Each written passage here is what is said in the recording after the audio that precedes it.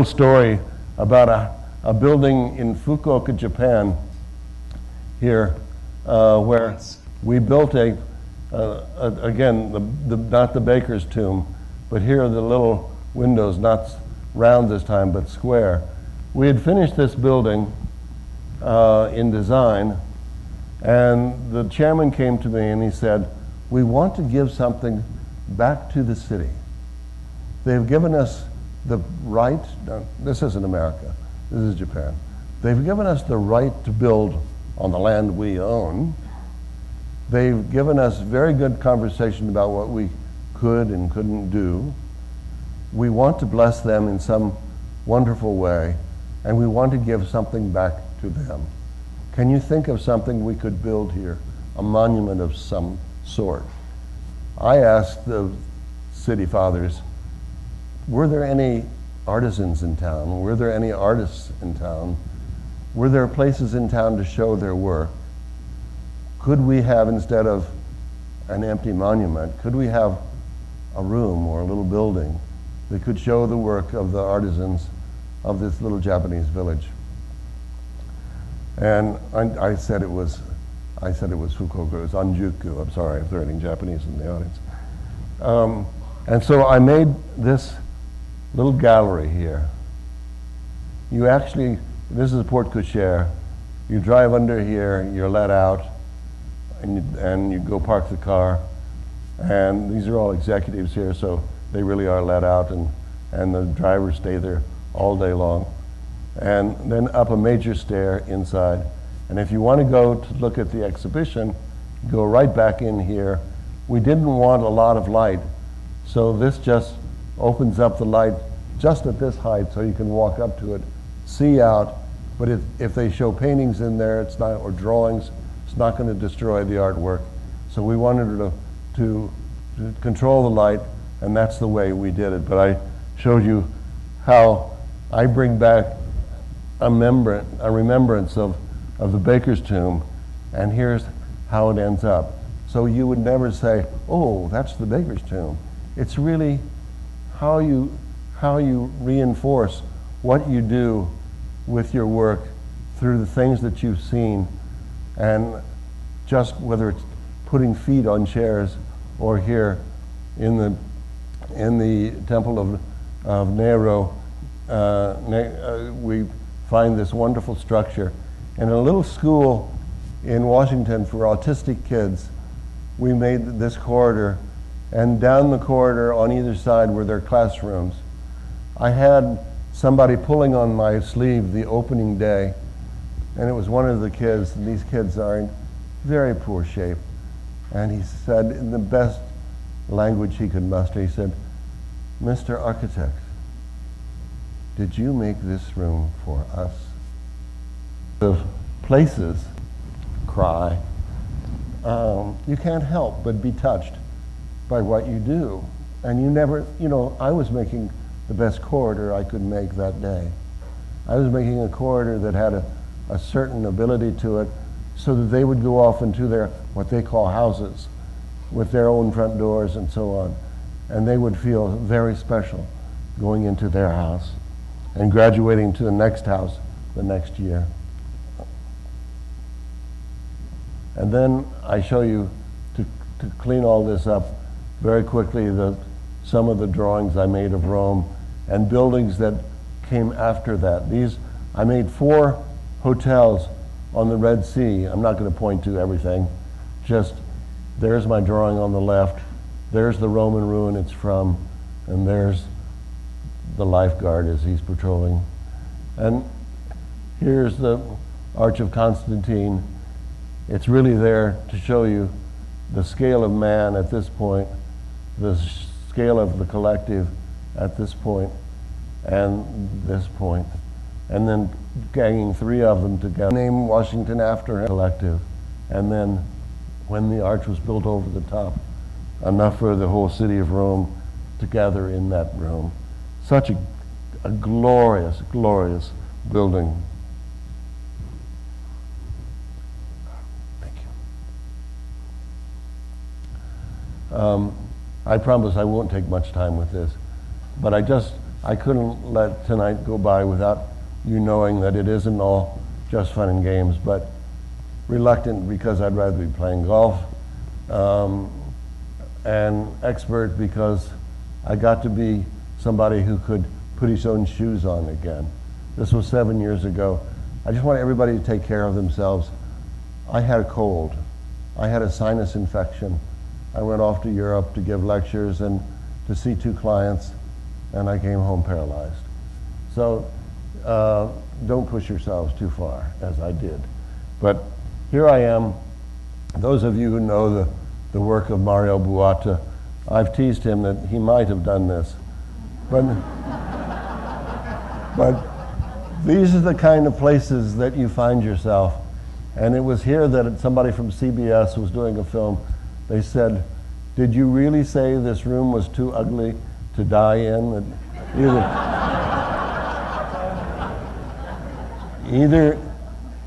either the chintz had to go or you had to go. And I said, well, that was actually Oscar Wilde. It said that.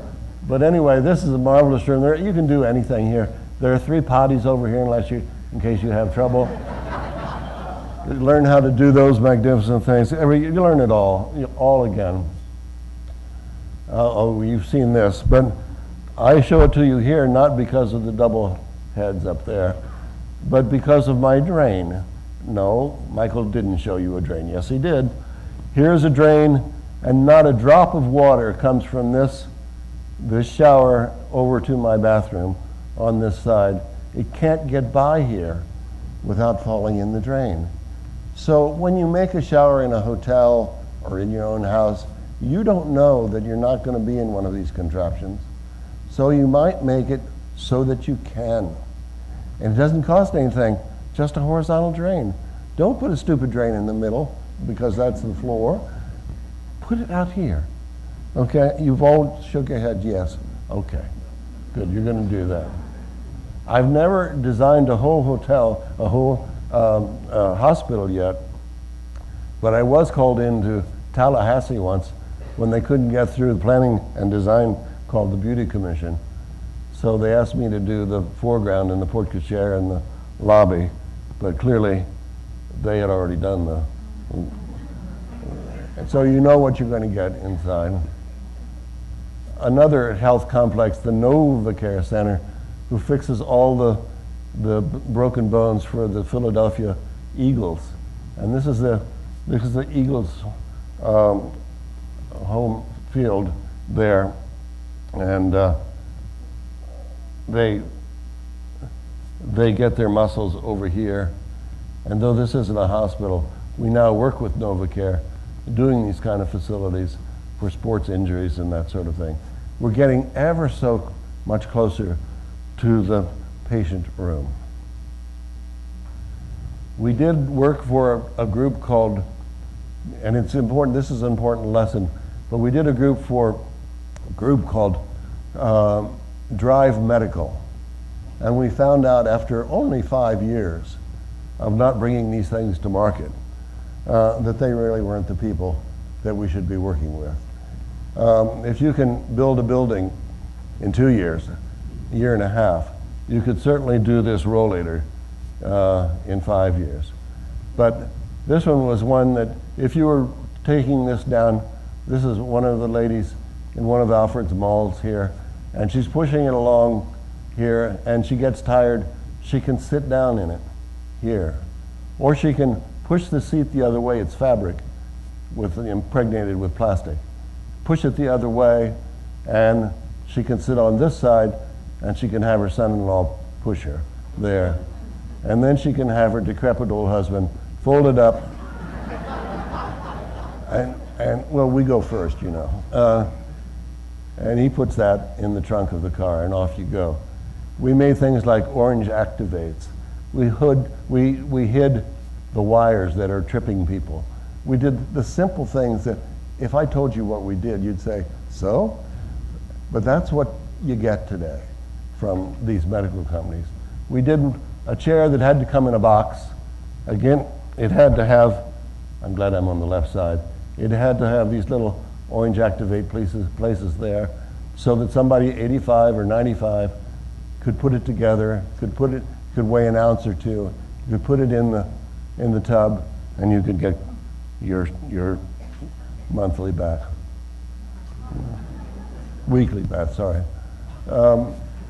Here's a cane that you're in that same Oak Hills Mall, and you get tired of walking.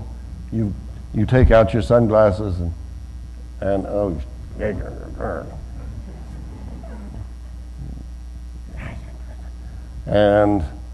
you put your billfold away in here.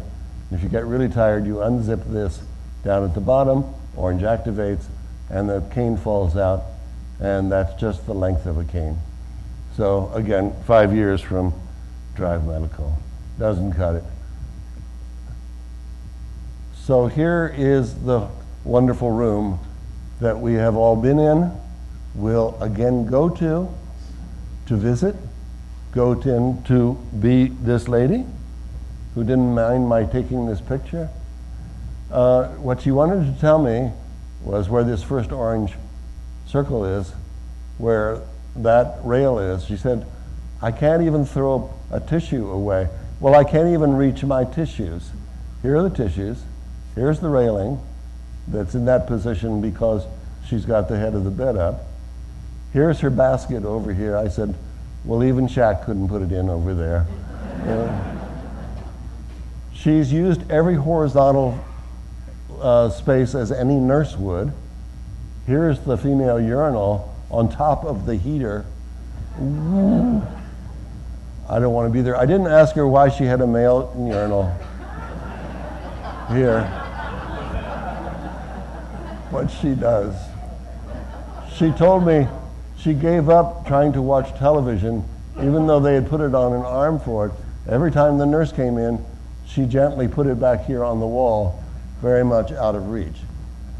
This isn't science, folks. A little button on the side here could bring the television up close to you. That's all it takes. I was in 8 hospitals. One of them actually had a drawstring to turn the light on, which was broken every night when I used it. I was paying top dollar. So for Stryker, a wonderful company that we're working with in Kalamazoo, Michigan, a company that does get it, we're getting to start at the beginning, like the over-the-bed table. They said, don't put this on a diet, add more bells and whistles. It's the only way we can sell them. We did just the opposite. Since Minnie and I took one home that they had given us, we tried to use it for a week. She's 110 pounds.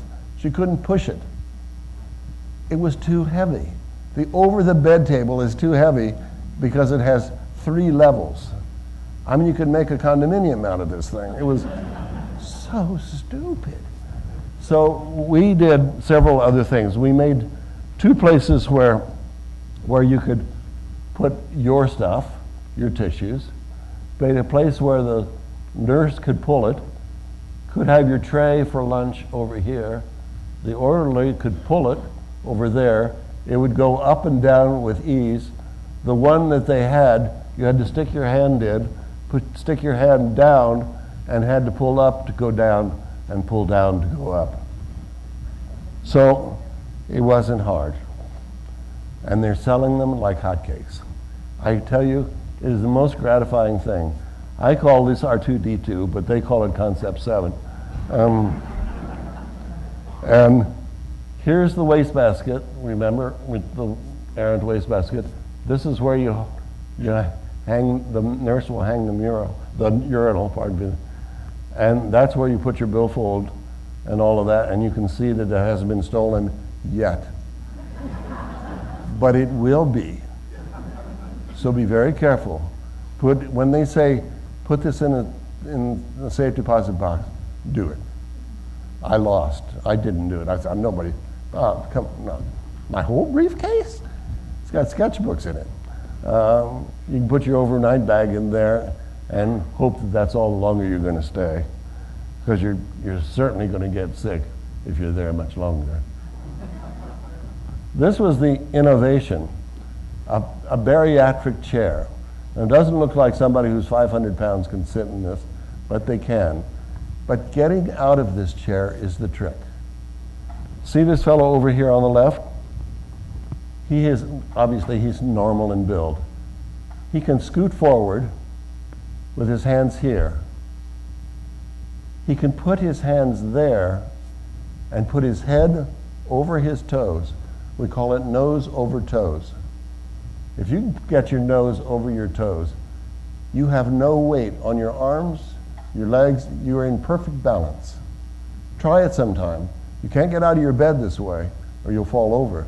But if you had something like that, those shepherd's crooks, you can do it. So that's all we did. And the nurses are loving it. Just that little move and other things like using proper fabric and so on so they can clean. And here are the things that we started with Stryker in a variety of woods and all of that. So that's going along swimmingly. This is my little rendition of a room. And there's Tuscany on the side. Oops. A project that's $5.5 billion is the last of the architecture. And it's 6 hotels, a maritime museum, a theme park by Universal, and retail, all done by moi. So we are busy doing that, but when that's finished, we'll be back looking. This is one of the guest rooms, and there's one of my paintings over the bed. And this is one of the sweet marbles. I didn't put the petals in the tub. And these are paintings for the rooms, niches, and more niches over the bed, over the check-in desk, more Corot. The china, which I ordered and just got, and this charger. Oops, you saw the whole ensemble there, but I know you don't want me to go back. And the flatware, the glasses, and the restaurant's called Palio, so that's why the Italian Palio theme. We start with sketches from my sketchbook, then these plaster models are made, then glass or plastic models are made, and then the real thing. Vases for Sentosa in Singapore, and an alabaster lamp, the one with 3 columns, as a nightlight. And these are my Corots.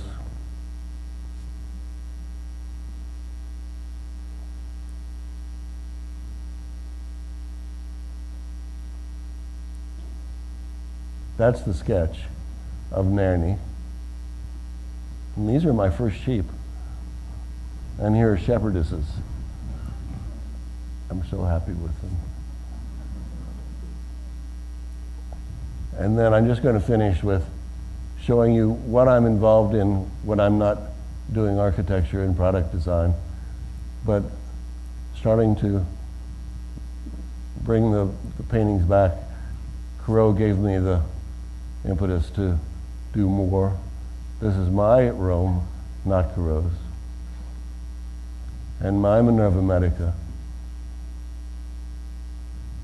And a little bust I bought in Rome after I was a fellow there, and a pot. And then these curious pictures, which I started with. Graham Beale took us through the DIA's African collection. I think it was this morning. It's one big blur now.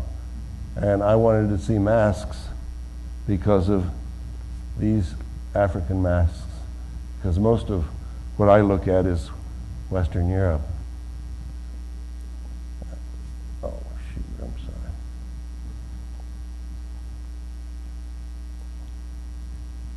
So this is very occupying now. You don't have to like it. And I thank you very, very much.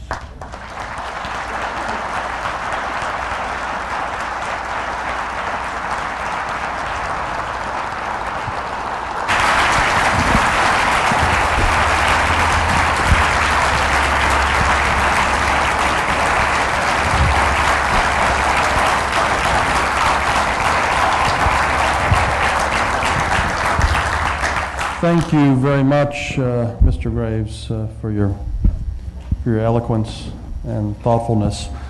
In deference to time, because Mr. Graves and Mr. Taubman have to get out of here and leave. The ice cream was dessert. Yes, we'd like to invite you all now to a reception, again, as long as the food lasts. The auction is still going on, and we ask that you allow Mr. Graves and Mr. Taubman to leave at this point, because they do have another engagement after this. So we appreciate you all coming, and Mr. Taubman and Mr. Graves, thank you very much.